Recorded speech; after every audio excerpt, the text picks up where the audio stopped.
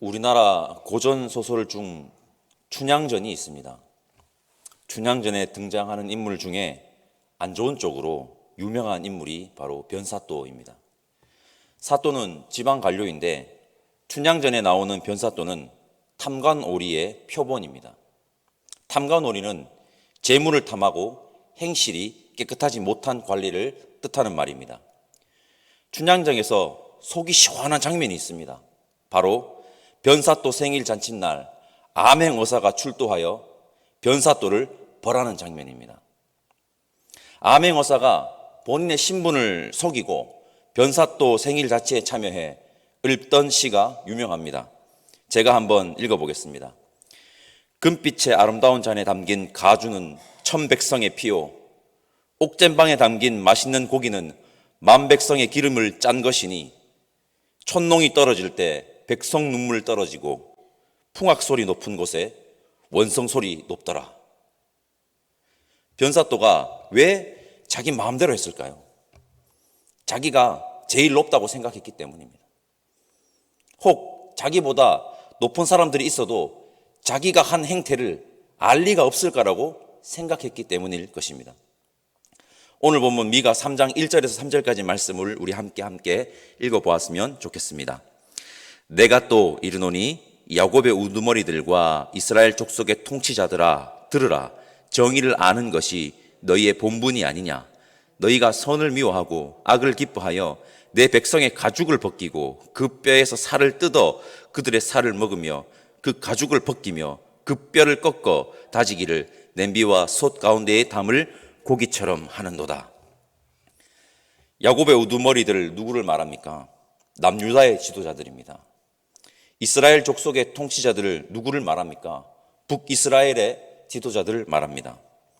그들의 행태가 어땠다는 것입니까? 한마디로 탐관오리들이라는 것입니다. 탐관오리의 표본입니다. 충격적인 사실을 말씀드리겠습니다. 그들이 하나님께 제사를 드리는 자들이라는 것입니다. 하나님은 분명하게 말씀하십니다. 나는 탐관오리들을 좋아하지 않는다. 나는 정의를 행하는 지도자들을 원한다. 정의가 무엇입니까? 정의의 히브리어는 미시파트입니다. 미시파트는 재판입니다. 재판을 공정하게 하는 것이 여러분 정의입니다. 돈이 있다고 봐주고 가난하다고 판단을 굽게 하지 말라는 것입니다. 하나님이 말하는 정의는 가난한 사람이 억울함이 없는 재판을 말하는 것입니다. 가난하든 부자든 똑같이 판단하라는 것입니다. 똑같이. 하나님께서는 정의를 무시하는 자들의 지도자들에게 이렇게 말씀하십니다. 4절 말씀 우리 함께 읽어보겠습니다. 그때에 그들이 여호와께 부르짖을지라도 응답하지 아니하시고 그들의 행위가 악했던 만큼 그들 앞에 얼굴을 가리시리라.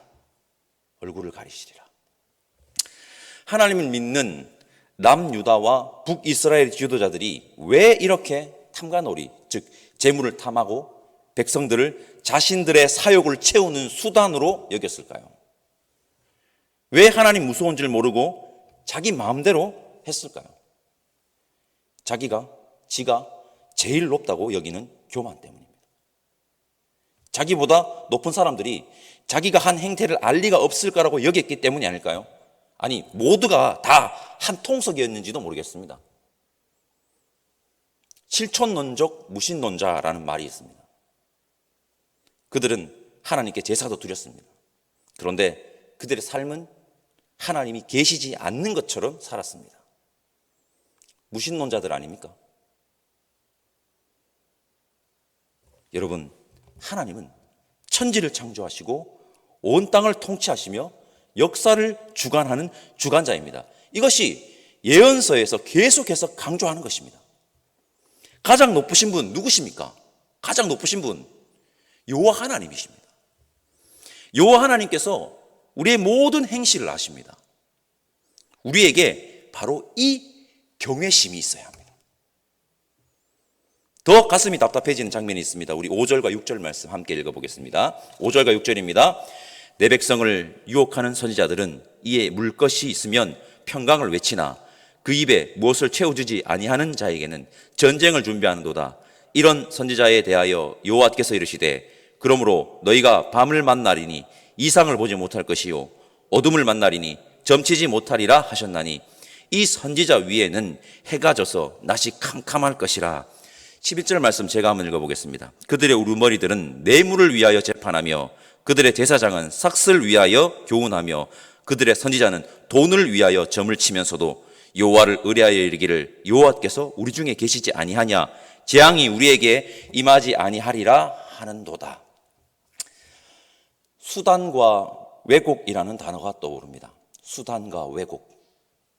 선지자들이, 제사장들이 자기에게 먹을 것을 주면 달콤한 말로 하나님의 복과 평강을 이야기하고, 먹을 것을 주지 아니하면 여러분 공포를 조장합니다. 공포를 조장합니다. 이것은 하나님을 수단으로 이용하는 것이고 하나님의 성품을 완벽하게 왜곡하는 것입니다. 미가서 역시, 특히 미가서 3장은 삶과 신앙은 절대 분리될 수 없음을 강력하게 말하고 있습니다.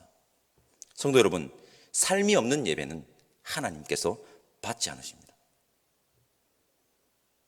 신학교 4학년 기독교 윤리 수업 시간에 짧은 풍자 꽁트를 준비한 적이 있습니다.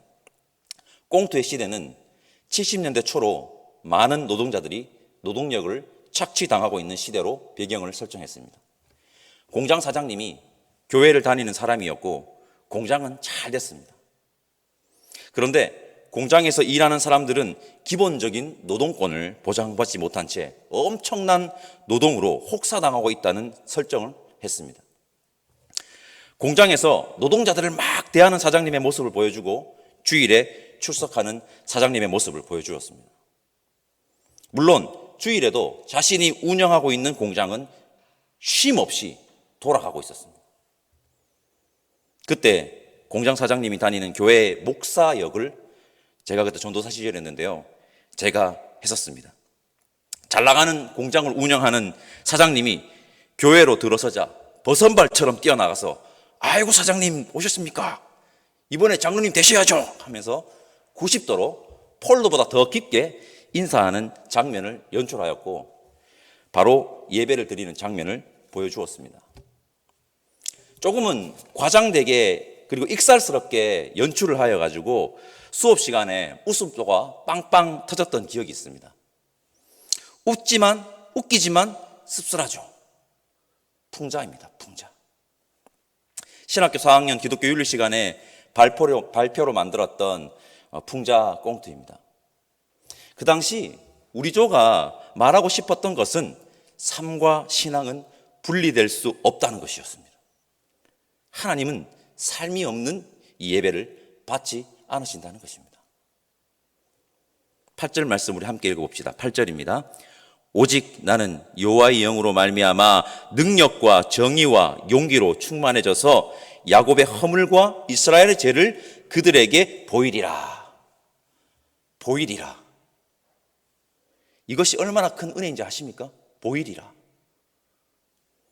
하나님이 보여주심에도 불구하고 나는 아니라고, 나는 그렇지 않다고, 나는 그렇지 않아, 나와는 전혀 상관없는 일이야, 무시할 때가 많지 않습니까? 보여주실 때, 하나님께서 보여주실 때 우리의 모습을 점검하는 우리가 되시기를 간절히 소망합니다. 보여주실 때. 이 새벽 미가서를 우리에게 주심도 지금 뭐 하는 것입니까? 하나님께서 우리에게 보여주시는 것입니다. 보여주시는 것입니다. 매일 새벽 주시는 말씀이 마찬가지이지만 말씀을 통해 보여주실 때 우리의 모습을 돌아보는 건강한 그리스도인 되시기를 간절히 소망합니다. 그들은 하나님이 없는 것처럼 행동했습니다. 그들은 하나님을 수단으로 이용했고 하나님을 완벽하게 왜곡했습니다. 그런 자들이 드리는 제사는 하나님이 받지 않으십니다. 12절 말씀이 그것을 확증하고 있습니다. 12절 말씀 읽어보겠습니다. 이러므로 너희로 말미암아 시온은 갈아엎은 밭이 되고 예루살렘은 무더기가 되고 성전의 산은 숯불의 높은 곳이 되리라. 시온, 예루살렘, 성전, 이것이 구원을 보장하는 것이 아닙니다. 하나님은 하나님의 백성으로 하나님의 자녀로 살아내는 한 사람을 중요하게 여기시고 하나님은 바로 그 한 사람 한 사람에게 관심이 있습니다. 성도 여러분, 우리가 이거 하나만 마음에 새겨도 우리의 행동은 바를 것입니다. 천지를 창조하신 분, 지극히 높으신 하나님께서 다 보고 계신다. 이것 하나만 기억해도 우리는 함부로 할 수 없을 것입니다. 여러분, 그리고 마지막으로 꼭 말씀드리고 싶은 것이 있습니다. 미가 선지자가 예언할 당시 국제적 상황은 좋지 않았습니다. 아수르가 강력한 힘으로 이스라엘을 위협했습니다. 엄청난 위기의 시대였습니다. 미가서는 우리에게 이렇게 말합니다. 진짜 위기는 그것이 아니다. 진짜 위기는 하나님의 백성들이 하나님 없이 없는 것처럼 사는 것이 위기다. 하나님을 믿는다는 지도자들이 하나님의 정의를 왜곡하고 정의를 쓸모없는 것으로 여기는 것이 진짜 위기다. 선지자들과 제사장들이 하나님을 수단으로 이용하고 왜곡하는 것이 진짜 위기다. 이게 진짜 위기다. 이 시대의 진짜 위기도 그리스도인들이 하나님 없는 것처럼 살아가는 것이 진짜 위기이고, 하나님의 정의, 그게 뭔데? 그게 뭐 밥 먹여줘? 다들 그렇게 살아가 라고 무시하는 것이 진짜 위기입니다.